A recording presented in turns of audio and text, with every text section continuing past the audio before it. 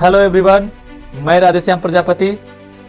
मैं आज आप लोग को बताऊंगा कि आलस्य क्या है और आलस्य से कैसे बचें। आलस्य एक स्लो पॉइजन है, या ये कह लीजिए कि आलस्य एक मीठा जहर है। जब हम लोग आलस्य को ज्यादा बढ़ावा देने लगते हैं तो हमारा लक्ष्य, हमारा टारगेट, हमारा एम जो भी रहता है, इन चीजों से हमारा ध्यान भटकने लगता है, या ये कह लीजिए कि इन सब चीजों से हमारा ध्यान बिल्कुल हट जाता है, ध्यान ही नहीं रहता है।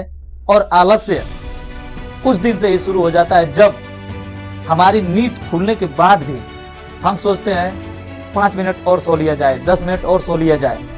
तब हम क्या होता है, धीरे धीरे आलस्य के शिकार होने लगते हैं।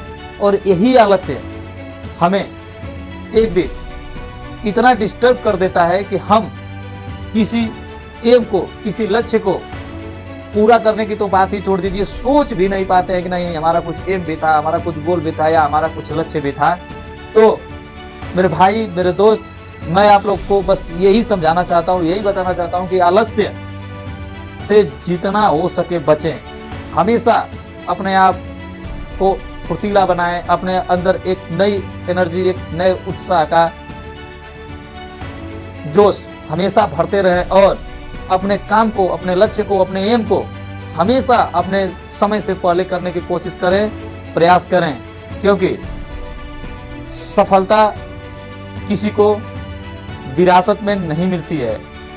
जो लोग सोचते हैं कि नहीं हम बैठे बैठे सफल हो जाएंगे, या फिर सोचते सोचते सफल हो जाएंगे, सफलता एक सोच है। सफलता कड़ी मेहनत से मिलती है, सोचने से नहीं मिलती है। कहा जाता है कि जो जैसा सोचता है वो वैसा ही बन जाता है। हर इंसान के जीवन में सोच एक बहुत ही बड़ा रोल प्ले करती है, या ये कह लीजिए गेम प्ले करती है।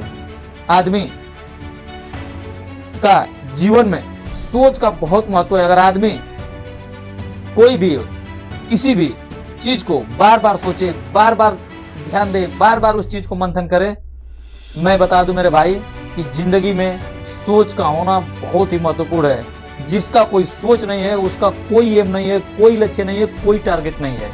इसलिए आलस्य हमें इन सब चीजों से भटकाता है, दूर रखता है। हम अपने एम को, अपने लक्ष्य को, अपने टारगेट को ऐसे भूल जाते हैं जैसे मानो हमने कभी कुछ सोचा ही नहीं था।